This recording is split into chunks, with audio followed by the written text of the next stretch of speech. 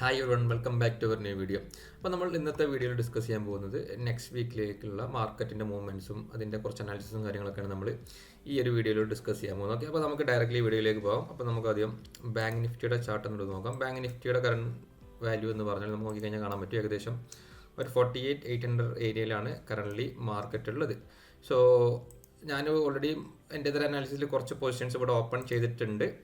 പക്ഷേ ഇത് ഞാൻ ഒരിക്കലും സാധാരണ ഞാൻ ചെയ്യാറുള്ളത് ഒരു പൊസിഷൻ ഓപ്പൺ ചെയ്ത് കഴിഞ്ഞാൽ ഒരു വെനസ്ഡേ അല്ലെങ്കിൽ തേഴ്സ്ഡേ ഓപ്പൺ ആക്കി കഴിഞ്ഞാൽ നെക്സ്റ്റ് എക്സ്പയറി ഹോൾഡ് ചെയ്യാറുണ്ട്. പക്ഷേ നെക്സ്റ്റ് വീക്കിൽ നമുക്ക് എല്ലാവർക്കും അറിയാം ഇലക്ഷൻ റിസൾട്ട് വരുന്നുണ്ട് 5-ാം തീയതി. അപ്പോൾ അതുകൊണ്ട് തന്നെ മാർക്കറ്റിൽ നമുക്കൊരു ഹൈ വോളറ്റാലിറ്റി നെക്സ്റ്റ് വീക്കിൽ നമുക്ക് എക്സ്പെക്റ്റ് ചെയ്യാം. കാരണം ഇപ്പോൾ ഇലക്ഷൻ റിസൾട്ട് 5-ാം തീയതി ആണെങ്കിൽ പോലും ഇപ്പോൾ എക്സിറ്റ് പോൾ റിസൾട്ട് ജൂൺ 1, 2 ആയിട്ട് വരുന്നുണ്ട്. അപ്പോൾ എക്സിറ്റ് പോൾ റിസൾട്ട് വന്നു കഴിഞ്ഞാൽ അതിൻ്റേതായിട്ടുള്ളൊരു മാർക്കറ്റ് വേരിയേഷൻസ് റിഫ്ലക്ഷനൊക്കെ നമുക്ക് മാർക്കറ്റിലെ മൂവ്മെൻറ്റ്സ് ഒക്കെ നമുക്ക് എന്ത് ചെയ്യാൻ പറ്റും, അടുത്ത മൺഡേ തൊട്ട് തന്നെ കാണാൻ സാധിക്കുമെന്ന് വിചാരിക്കുന്നു. അതായത് കറണ്ട് ഗവൺമെൻറ് തന്നെയാണ് മുന്നോട്ട് വരുന്നതെങ്കിൽ മിക്കവാറും മാർക്കറ്റ് ഒരു സ്ട്രോങ് റാലി ചെയ്യാനുള്ള ചാൻസ് ഉണ്ട്. അതുപോലെ തന്നെ കറണ്ട് ഗവൺമെൻറ് ലോസ് ചെയ്ത പുതിയൊരു ഗവൺമെൻറ് ആണ് വരുന്നതെങ്കിൽ സ്വാഭാവികമായിട്ട് അതിൻ്റേതായിട്ടുള്ളൊരു ഫാള് നമുക്ക് മാർക്കറ്റ് എക്സ്പെക്ട് ചെയ്യാം. അതുകൊണ്ട് തന്നെ ഒരു വലിയ രീതിയിലുള്ളൊരു മൂവ്മെൻറ്റ് നമുക്ക് വരുന്ന വീക്കിൽ എക്സ്പെക്ട് ചെയ്യാം. സോ അതായത് വോളറ്റാലിറ്റി ഭയങ്കര കൂടുതലായിരിക്കും. അപ്പോൾ ഇങ്ങനെ ഹൈ വോളറ്റാലിറ്റി ഇരിക്കുന്ന സിറ്റുവേഷനിൽ ഓപ്ഷൻ സെല്ലേഴ്സിന് മാർക്കറ്റിൽ ട്രേഡ് ചെയ്യാന്ന് പറഞ്ഞാൽ ഡിഫിക്കൽട്ട് ആയിട്ടുള്ള ടാസ്ക്. കാരണം അപ്പോൾ നമുക്ക് ആ ഒരു വോളറ്റാലിറ്റി നമുക്ക് കറൻ്റ്ലി ഉള്ള അറ്റ് ദ മണിയുടെ സ്ട്രൈക്ക് പ്രൈസിൻ്റെ വാല്യൂ ഒക്കെ നോക്കി കഴിഞ്ഞാൽ കാണാൻ പറ്റും. അറ്റ് ദ മണി സ്ട്രൈക്ക് പ്രൈസിൽ ഏകദേശം 48,700 എന്ന് പറയുന്ന കോൺട്രാക്റ്റിൻ്റെ വാല്യൂ 1,100 അടുത്ത് വരുന്നുണ്ട്. അതുപോലെ 47,700 800. അതായത് നോർമലി നമുക്ക് ഒരു അറ്റ് ദ മണി എന്നൊക്കെ പറഞ്ഞാൽ ഒരു 400-500 റുപ്പീസ് മാർക്കറ്റിൽ ഉണ്ടാവാറുണ്ട് നോർമലി ഒരു എക്സ്പയറി ടൈം സ്റ്റാർട്ടിങ് ഡേയ്സിൽ. പക്ഷേ ഇപ്പോൾ ഈ സമയത്ത് നോക്കി കഴിഞ്ഞാൽ മനസ്സിലാക്കാം നമുക്ക് 1,000 ആണ് വരുന്നത്. മെയിൻ റീസൺ എന്ന് പറഞ്ഞാൽ ഇന്ത്യ വിക്സ് ഓൾറെഡി ഒരു 24 ഒക്കെ എത്തിയത് കൊണ്ട് തന്നെ നമുക്ക് വരുന്ന വീക്കിൽ ഒരു വലിയ മൂവ്മെൻറ്റ് എക്സ്പെക്റ്റ് ചെയ്യാവുന്നതാണ്. ഇങ്ങനത്തെ ഒരു പ്രീമിയം വില കാണുമ്പോൾ നമുക്ക് എക്സ്പെക്ട് ചെയ്യാൻ പറ്റുന്നത്. അതുകൊണ്ട് തന്നെ ഓപ്ഷൻ പേഴ്സണലി ഞാനൊരു ഓപ്ഷൻ സെല്ലറാണ്. അതുകൊണ്ട് തന്നെ ഞാൻ മിക്കവാറും കുറച്ച് പൊസിഷൻസ് ഓൾറെഡി എടുത്തിട്ടുണ്ട്. ഇതൊരു 20,000 റുപ്പീസ് 27,000 റുപ്പീസ് പ്രോഫിറ്റ് ആണ്. മിക്കവാറും നാളെ ഫ്രൈഡേ ഞാനത് ഇപ്പോൾ പ്രോഫിറ്റ് ആണെങ്കിലും ശരി ലോസ് ആണെങ്കിലും ശരി ഈ ഒരു ട്രേഡ് നാളത്തോടു കൂടി ഞാനത് ക്ലോസ് ചെയ്യും. കാരണം ഇത് മൺഡേയിലേക്ക് ഇത് ഹോൾഡ് ചെയ്ത് കഴിഞ്ഞാൽ തിങ്കളാഴ്ച ഇത് മാർക്കറ്റ് എക്സിറ്റ് പോൾ റിസൾട്ട് കൂടി വന്നു കഴിഞ്ഞാൽ തിങ്കളാഴ്ച മാർക്കറ്റ് എവിടെ ഓപ്പൺ ആവുന്നു ഇനി എങ്ങോട്ടേക്ക് ആയിരിക്കും മാർക്കറ്റ് ഡയറക്ഷൻ മനസ്സിലാക്കാൻ ഭയങ്കര ബുദ്ധിമുട്ടായിരിക്കും.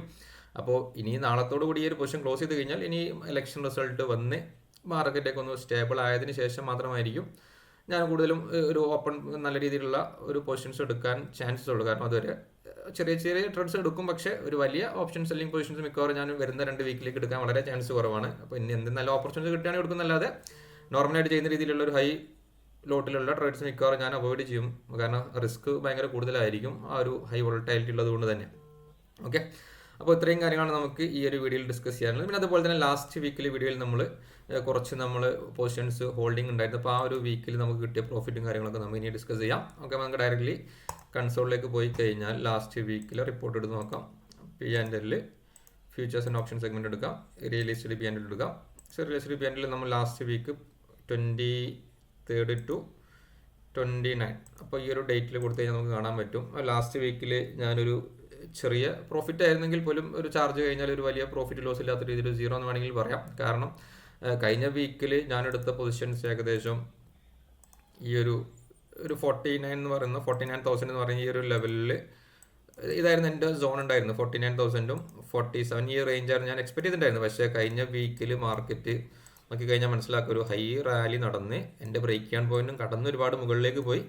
മാർക്കറ്റ് ഇന്നലെ തിരിച്ചു വന്ന ശേഷം ബ്രേക്ക് ഈവൻ്റെ അടുത്താണ് ക്ലോസ് ചെയ്തത്. പക്ഷേ ഞാൻ ഇങ്ങനത്തെ ഒരു almost break even market break even കഴിഞ്ഞ് ആ മൂവ്മെൻറ്റ് വലിയൊരു മൂവ്മെൻറ്റ് സ്റ്റാർട്ട് ചെയ്ത സമയത്ത് തന്നെ ഓൾമോസ്റ്റ് ഞാൻ എൻ്റെ ട്രേഡുകൾ ഒരു പ്രോഫിറ്റ് ലോസ് ഇല്ലാത്ത രീതിയിൽ ഞാൻ എന്ത് ചെയ്തിട്ടുണ്ടായിരുന്നു ലാസ്റ്റ് വീക്കിൽ ട്രേഡ് ക്ലോസ് ചെയ്തത് കൊണ്ട് തന്നെ ലാസ്റ്റ് വീക്കിൽ ഒരു വലിയ ലോസും പ്രോഫിറ്റിലൊന്നുമില്ലാതെ ഞാൻ എന്ത് ചെയ്തിട്ടുണ്ട് എൻ്റെ ട്രേഡ് കംപ്ലീറ്റ് ചെയ്തിട്ടുണ്ട്. അപ്പോൾ ഈ ഒരു മന്തിലെ ലാസ്റ്റ് വീക്ക് ആയിരുന്നത്. അപ്പോൾ നമുക്ക് ഈ ഒരു വീക്കിലെ ഓവറോൾ പ്രോഫിറ്റ് നമുക്കൊന്ന് ചെക്ക് ചെയ്ത് നോക്കാം. ഓവറോൾ പ്രോഫിറ്റ് ഈ ഒരു മന്തിലെ ഓവറോൾ പ്രോഫിറ്റ് നമുക്ക് ചെക്ക് ചെയ്താൽ കാണാൻ പറ്റും. ഈ ഒരു മന്തിൽ ഏകദേശം ഒരു 4 lakh റുപ്പീസ് ആണ് 4,10,000 റുപ്പീസ് ആണ് ഈ ഒരു മന്തിൽ പ്രോഫിറ്റ് എടുത്തിട്ടുള്ളതിൽ 17 lakhs ടാക്സ് കഴിഞ്ഞാൽ ഏകദേശം 3,92,000 റുപ്പീസ് ആണ് ഈ ഒരു മാസം പ്രോഫിറ്റ് എടുത്തിട്ടുള്ളത്. ഇതിൽ നമുക്ക് 4 എക്സ്പയറി ഉണ്ടായിരുന്നു. അതിൽ 2 എക്സ്പയറി ഞാൻ പ്രോഫിറ്റബിൾ ആയിരുന്നു.